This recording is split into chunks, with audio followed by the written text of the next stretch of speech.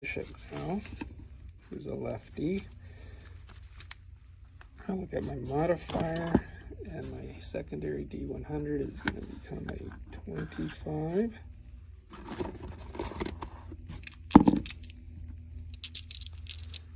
Okay.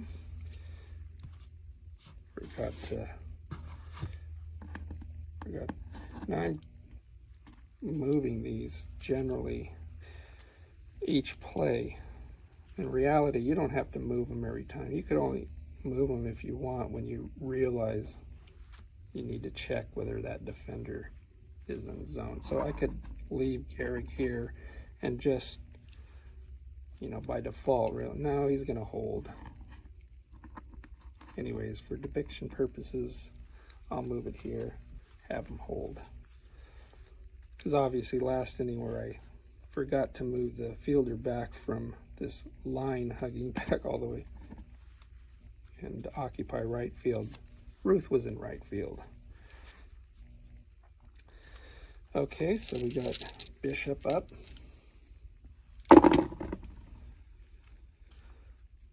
And we got zone 25. And I'm going to start sticking with depth 8 because obviously, as I said, this inning is all about resolving outfielders ranging. So we got a 25 in this case, putting us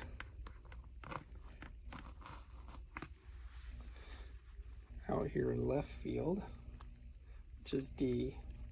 We've got no pull hitters. Most of the hitters are not pull, so we're not going to have to worry about it too much. Most of the hitters that are pull are pitchers. So we got that D.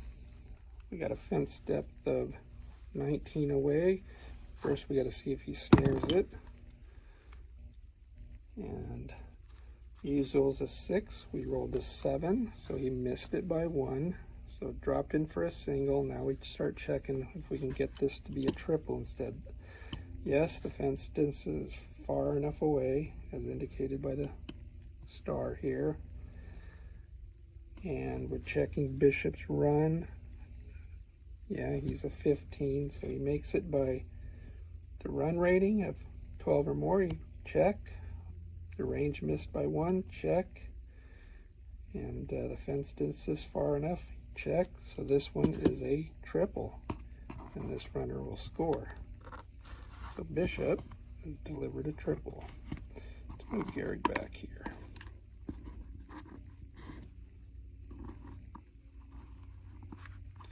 So that ties it up at 1.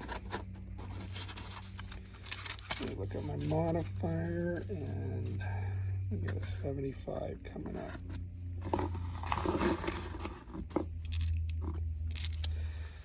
I better put Rommel back in here when he's ready to pitch. So we got Mickey Cochrane, another left-handed batter. We're sticking in the 90 series to stick with ballpark effects, and we're sticking with depth 8. And as a 75. Well, again, let's see, 75 is going to be L. So we're going to move the ball here. No pull. And our range, Ruth is a 6. We roll a 7.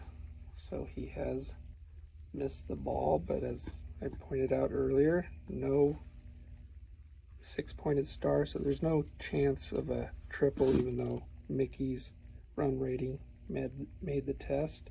He's a 13, that's 12 or higher.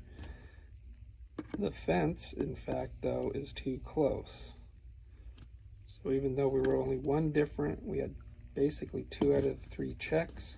So this ball cannot allow Mickey to hit a triple. But he brought in the run. So it's 2-1 A's, and Gehrig will hold him. So all these extra little checks I'm going through, like I said, you're not going to be doing that all that often because it's, like I said, in Yankee Stadium, it's 4 times 12 out of 2,000, and then the range has to be off by 1 out of 20, so 12 out of 2,000 divided by 20. But it does factor in a few times this season, so we're going through it. Okay, so we got Ty Cobb up. And look at my modifier, and we are going to have, this time it's going to be a 70.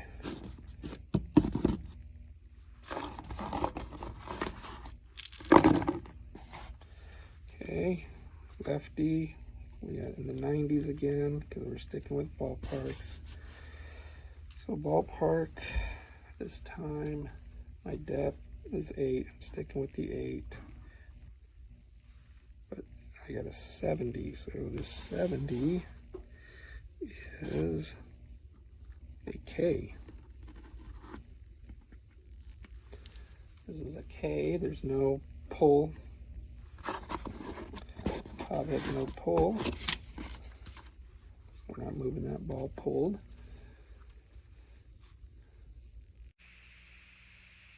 Continuing on here, so Cobb reaches first on the single. By rule, ballpark singles are advanced 2 bases, so Cockman gets here to third. First and third will hold Cobb at first with Gehrig. Next up, Al Simmons. So this time we're going to set our secondary D100 to 0.5. Simmons. We're going to stick with our 8 as our depth, so our ball and 5, 8 is right down here down the line in the singles zone, except down the line, if Simmons' run rating is 14 or more, it's a double instead of a single.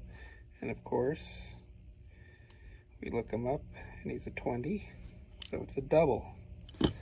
Double advancing 3 bases, again by rule for ballparks. So Cobb scores, Cochran scores, Simmons with the double. My little modifier here, and next up we're going to be a 55 on the second D100. This is Jimmy Dykes, another right-hander comes up. Don't need to hold anymore. I'm not really going to hold Simmons either. We'll do holds and steals later innings. Okay.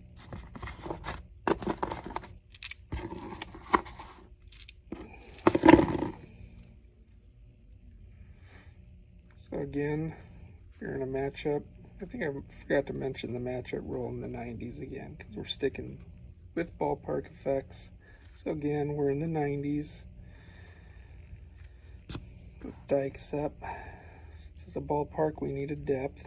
So on the D20, we have a depth of 9. Have to return the ball. Depth of 9. And a 55 is zone I, where we have this pointed diamond. This time we got Coombs. There's no pull for Dykes. We have Coombs is a 7. We need our range rating here. If it's an 8, we're going to check for a triple. It's not an 8. 1 to 7 is going to be a single in this area. A 9. 1 to 7, sorry, is going to be Combs' range gets over to it and snares it. This one is a 9. Combs cannot get over and snare it. So it is a single for Dykes. And Simmons scores on the 2-base advance for ballparks. Okay, next up, move this to the left, is Zach Wheat. But we pretty much run through all the iterations of the ballpark effect falling to his side with zone depth 7, 8, 9 to the sides of an outfielder, sometimes outside the adjacent zones where you can attempt to snare it. If it lands outside an adjacent zone, he can't snare it at all. His range doesn't matter at all. We basically had no pull hitters to move these defenders in the outfield from their default most probable spots. Again, wheat has no pull. So my modifier, we're going to be at a 55 again. Here we are a 90 series again. My depth 8 again. This is all for demonstration. 55 again, and 8 is Combs another chance. Last time he rolled a 9, so he didn't make the play. He didn't die for it to cause a triple if the run rating was 12 or more. This time it's a 5. So this long inning for Urban Shocker is over as Combs ranges over and makes the play. That is the most probable steps needed in all the 4th Street matchups. So that was probably the longest inning that we'll envision of how to do a resolution. Next inning, we'll do a resolution of ballpark effects, but to the infielders.